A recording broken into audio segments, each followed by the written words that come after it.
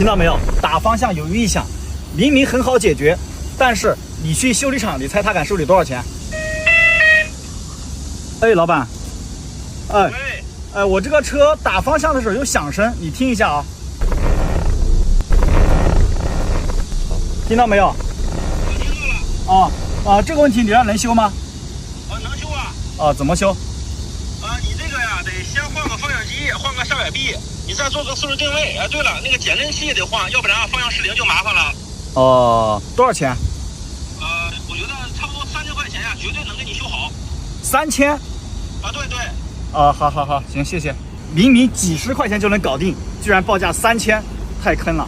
今天呢，我就来跟大家分享汽车上几种异响到底怎么解决。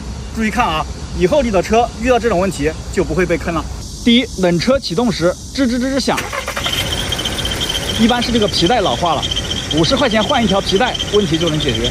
第二，过减速带时嘎吱嘎吱响，一般是这个平衡杆胶套缺乏润滑，不用花钱，把这个平衡杆胶套拆下来抹点黄油，问题就能解决。第三，原地打方向嘎吱嘎吱响，30块钱换一个减震器上面的平面轴承，问题就能解决。第四，原地打方向咯噔咯噔响，一般是方向盘下边的万向节有问题，50块钱给它换掉，问题就能解决。怎么样，是不是特别简单？怕你记不住，这里有一张表，赶紧收藏好，以后去修车啊，就再也不怕被坑了。关注我，每天学点汽车知识。